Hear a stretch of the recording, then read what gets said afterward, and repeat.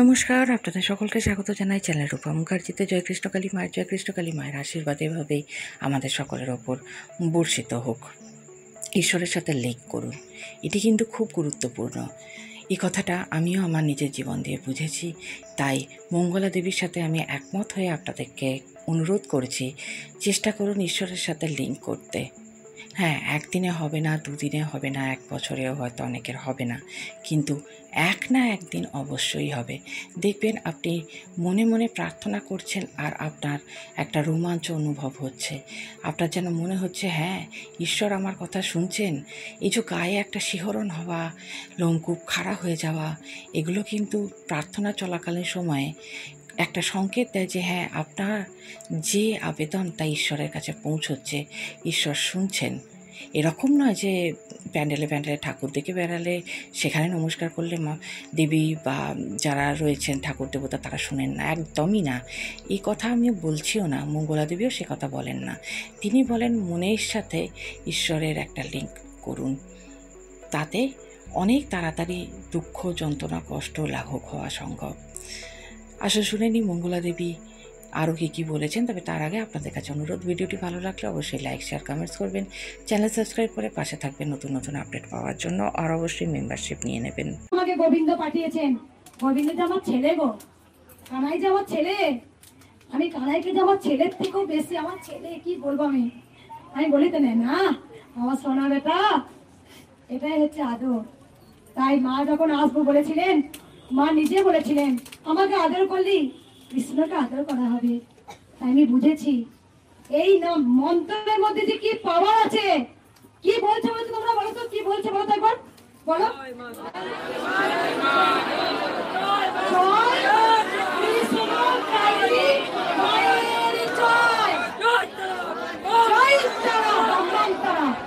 এর মধ্যে কি নামটা জবের মধ্যে কি লুকিয়ে আছে? কৃষ্ণ আছেন, কালীও আছে। হ্যাঁ, পরম বৈষ্ণব, পরম বৈষ্ণবী মাতা কৃষ্ণ কালী। এই মন্ত্রে যে কি পাওয়ার আছে, যে ঘরে বসে জপ করবেন সে জানতে পারবেন। তাই আর কিচ্ছু বলবো না, প্রচুর ভিড় হয়েছে। শুধু একটাই কথা, সবাইকে দেখো, সবাইকে বেটা, অন্ধকানা ঘোরা বাবা, মা সবার জন্য, মা সবার জন্য। সবাইকে ভক্তদের বলবো আপনারা মন্দিরে নীরবতা পালন করবেন, কেউ চিৎকার করবেন না। আমি জানি আপনারা আমাকে অনেক অনেক সময় দিয়েছেন, আমি ভক্তদের কাছে গভীর ভালোবাসা পেয়েছি, সবই গোবিন্দের আশীর্বাদে। কিন্তু আমি একটা ভক্ত কথা বলবো, যে কেউ চিৎকার করবেন না। শুধু দেখুন, আপনারা এটুকু বুঝবেন, আপনারা একটা দিন এসছেন, আমি প্রত্যেক দিন একটা একটা ভক্ত কিন্তু টানবো। আমাকে দেখতে হবে, আমাকে অসুস্থ হয়ে গেলে হবে না। কারণ যতক্ষণ আমি সুস্থ থাকবো ভক্তরা কিন্তু তারা ত্রিশূল পাবে। তাই বলবো শুধু কিচ্ছু কেউ প্রণাম করবেন না। বারবার আমি বলি একটা কথা, কেউ আমায় প্রণাম করবেন না, মাকে প্রণাম করুন। আর একটা কথা, তিনটে কথা বলে দিই, যারা ফুলের মালা এনেছেন, যারা ভালোবাসার সহিত ফুলের মালা এনেছেন, সেই ফুলের মালাগুলো দেবেন। আমি সমস্ত ফুলের মালা আমি সব মায়ের চরণে দিয়ে দেবো। আর আলতা সিঁদুর, ধূপকাঠি, মোমবাতি আপনারা বাড়িতে নিয়ে চলে যাবেন। আলতা সিঁদুর পড়বেন, কে বলেছে পড়তে পারবেন না, পড়বেন, নষ্ট করবেন না। ধূপকাঠি মোমবাতি বাড়িতে জ্বালাবেন, অনেক কাজ হয়। মায়ের স্থান থেকে নিয়ে যাচ্ছেন, ওটা বাড়িতে জ্বালাবেন, অনেক কাজ হয়। আলতা সিঁদুর একটু নষ্ট করবেন না, পড়বেন, আমি বলছি পড়া যাবে। এটা মাকে পড়াই সিঁদুরটা, আলতাটা, সেটা আলতাটা জলে দিয়ে দেওয়া। তোমরা যদি কিনে এনেছো আলতাটা, পড়তে পারবে, সদর মায়েরা পড়বে, রাঙা ভক্তি করে পড়বে। ভক্তিতেই মুক্তি, যেখানে ভক্তি আছে সেখানে মুক্তি আছে। আমি পুজো করার পর সমস্ত পুষ্প বাইরে বার করে দেব, আর পুষ্প না পেলেও মনটাই হচ্ছে আসল পুষ্প। বুঝতে পেরেছেন মায়েরা? বসে পড়ো মা, কি মা শুনবো শুনবো বাবা।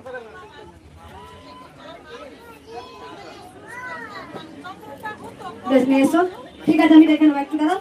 বেশ ঠিক আছে, আমি সবাইকে দেখবো, একটু বসেই দাও ওকে, ওখানে চেয়ার দাও, চেয়ার দাও, একটা চেয়ার দিয়ে কানা, একটা চেয়ার দিয়ে ওইদিকে নিয়ে নিচ্ছে, তোমার দাঁড়াও, ওখানে নিয়ে নিচ্ছে, দাঁড়াও কানাই, একটা ঝুড়ি নে, যারা যারা ফুল পদ্ম নিয়ে সবকে নিয়ে আয় সকল।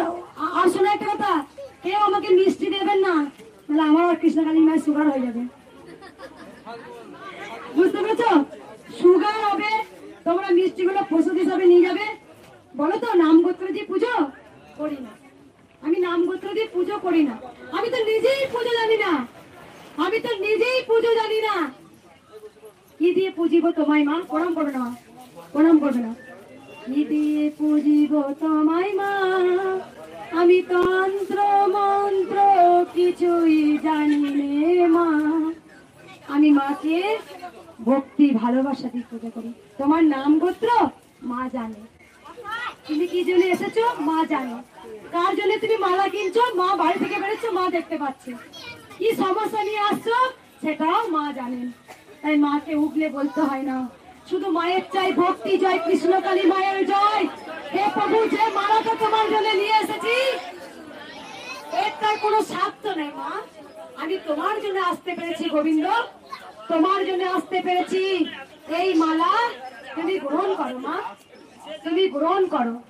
জানো তোমরা যখন একটা মালা কেনো না, বলতে নেই মা গো আমি এই মালাটা কিনতে, এটা দিও, বলো না কেউ, বলতে হয় গোবিন্দ তোমার জন্যই তো আসতে পেরেছি, যে মালাটা আমি নিচ্ছি, তুমি দেবে কি দেবে না সম্পূর্ণ তোমার হাতে, কিন্তু এই মালাটা তুমি গ্রহণ করো মা, তোমার রাঙা চরণে যেন পড়ে গো মা, এটাই বলতে হয়। মা গো আমরা শুধু তোমার কাছে চেয়েই গেলাম, চেয়েই গেলাম, এটা দাও ওটা দাও, এই ভালো করো সেই ভালো করো, কিন্তু আমরা তো একবার বলি না গোবিন্দ তুমি ভালো আছো তো, তুমি ভালো থাকলে গোটা জগৎ সংসার ভালো থাকবে, কিন্তু আমরা তো কেউ বলি না, আমরা শুধু আমাদের কথাই চাপিয়ে দিই গোবিন্দকে। তাই গোবিন্দকে বেশি চাইবে না, চাইলে তোমাদের চাওয়াতে গোবিন্দ পালিয়ে যাবে, ওরা এত চাইছে মাথাটা বোঝা করে দিয়েছে। তাই গোবিন্দকে ভালোবাসার বাঁধনে বেঁধো। এই মা শাড়ি নিয়ে এসছে, মা উপকার হয়েছে।